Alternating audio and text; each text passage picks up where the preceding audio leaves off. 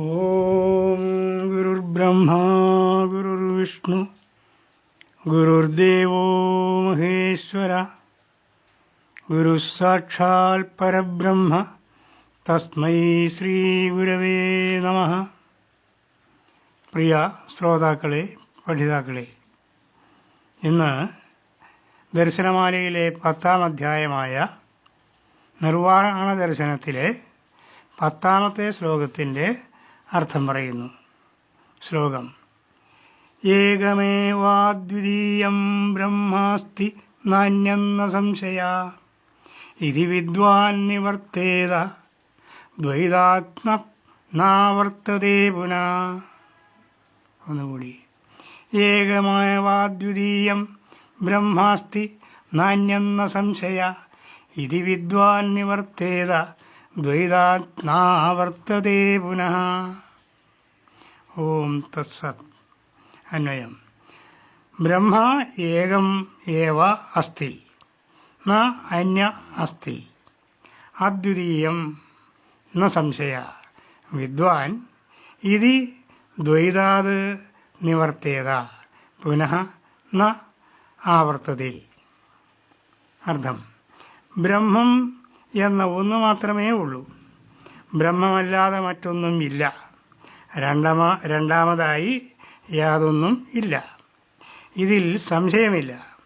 ജ്ഞാനിയായവൻ ഇപ്രകാരം അറിഞ്ഞ് ദ്വൈതഭാവം വെടിയണം.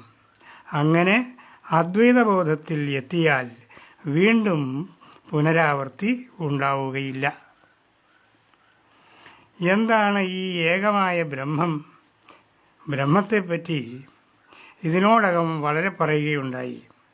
ബ്രഹ്മം എന്താണ് എന്ന് ബ്രഹ്മവിദ്യാപഞ്ചകത്തിൽ പറയുന്നത് എന്താണ് എന്നുകൂടി പറയാം. വ്യാപ്തം യേന ചരാചരം ഘടശരാവാദീവ മൃത്സത്തയാ യസ്യാന്തഃസ്ഫുരിതം യദാത്മകമിദം ജാതം തയോ വർത്തതേ യസ്മിൻ യത് പ്രളയേപി സത്ഖനമജം സർവം യതന്വേതി തത് സത്യം വിദ്യമൃതായ നിർമ്മലധിയാ യസ്മൈ നമസ്കുർവതേ.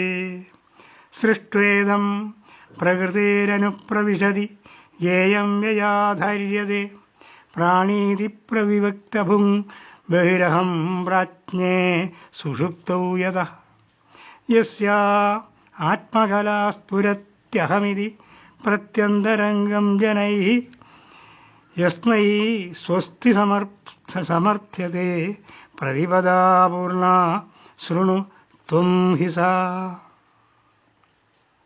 ഈ കാണപ്പെടുന്നത് സർവ്വതും യാതൊരു ശക്തിയാൽ നിർമ്മിക്കപ്പെട്ടിട്ടുള്ളതാണോ ആ ശക്തിയാണ് ബ്രഹ്മം. മണ്ണിൽ നിന്ന് പലതരം പാത്രങ്ങൾ നിർമ്മിക്കപ്പെടുന്നത് പോലെ ഈ കാണപ്പെടുന്ന സകല നാമരൂപങ്ങളും ബ്രഹ്മത്താൽ നിർമ്മിതമാണ്.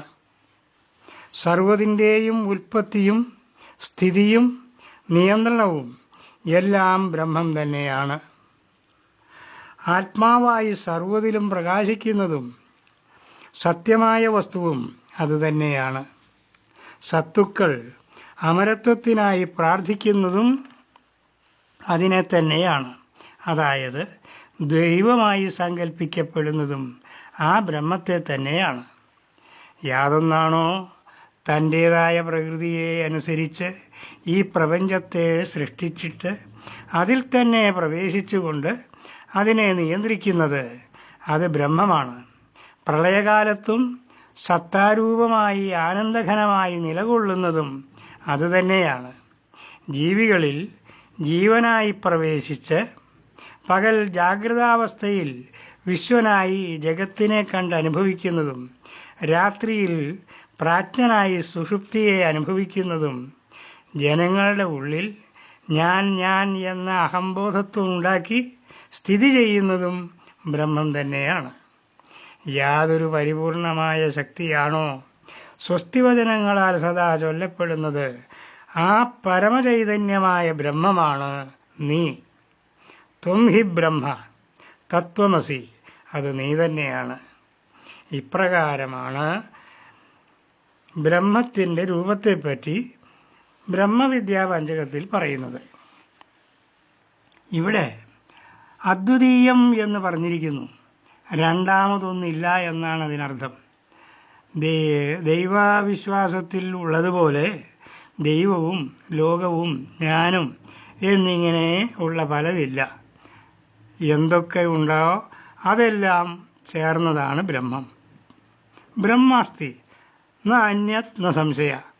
ബ്രഹ്മമുണ്ട്, മറ്റൊന്നില്ല, ഇതിൽ സംശയമില്ല എന്ന് വിദ്വാൻ നിവർത്തേത. അറിവുള്ളവൻ സ്വതന്ത്രനാകണം എന്നാണ് പറയുന്നത്.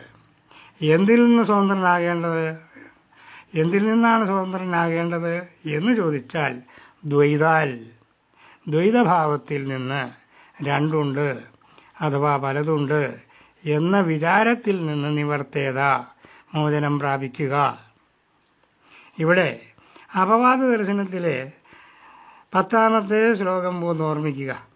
സർവം ഹി സച്ചിദാനന്ദം നേഹ നാനാസ്തി കിഞ്ചന യ പശ്യതീഹ നാനേവ മൃത്യോർ മൃത്യും സ ഗച്ഛതി. സർവ്വതും സച്ചിദാനന്ദമായ ബ്രഹ്മമാണ്. ഇവിടെ പലതില്ല. പലതായി കാണുന്നവൻ മരണത്തിൽ നിന്ന് മരണത്തിലേക്ക് സഞ്ചരിക്കുന്നു. സർവ്വതും ഒന്നായി കാണുന്ന, ബ്രഹ്മത്തെ മാത്രം കാണുന്ന, താൻ സ്വയം ബ്രഹ്മമാണെന്നറിയുന്നവൻ പൂർണ്ണതയുടെ അനുഭൂതിയിൽ ആത്മാനന്ദത്തിൽ മുഴുകിയിരിക്കുന്ന അവസ്ഥയാണ് അയാൾക്കുണ്ടാകുന്നത്. അതിനാണ് ബ്രഹ്മനിർവാണം എന്ന് പറയുന്നത്. അതുതന്നെയാണ് അദ്വൈതാനുഭൂതി എന്ന് പറയുന്നതും.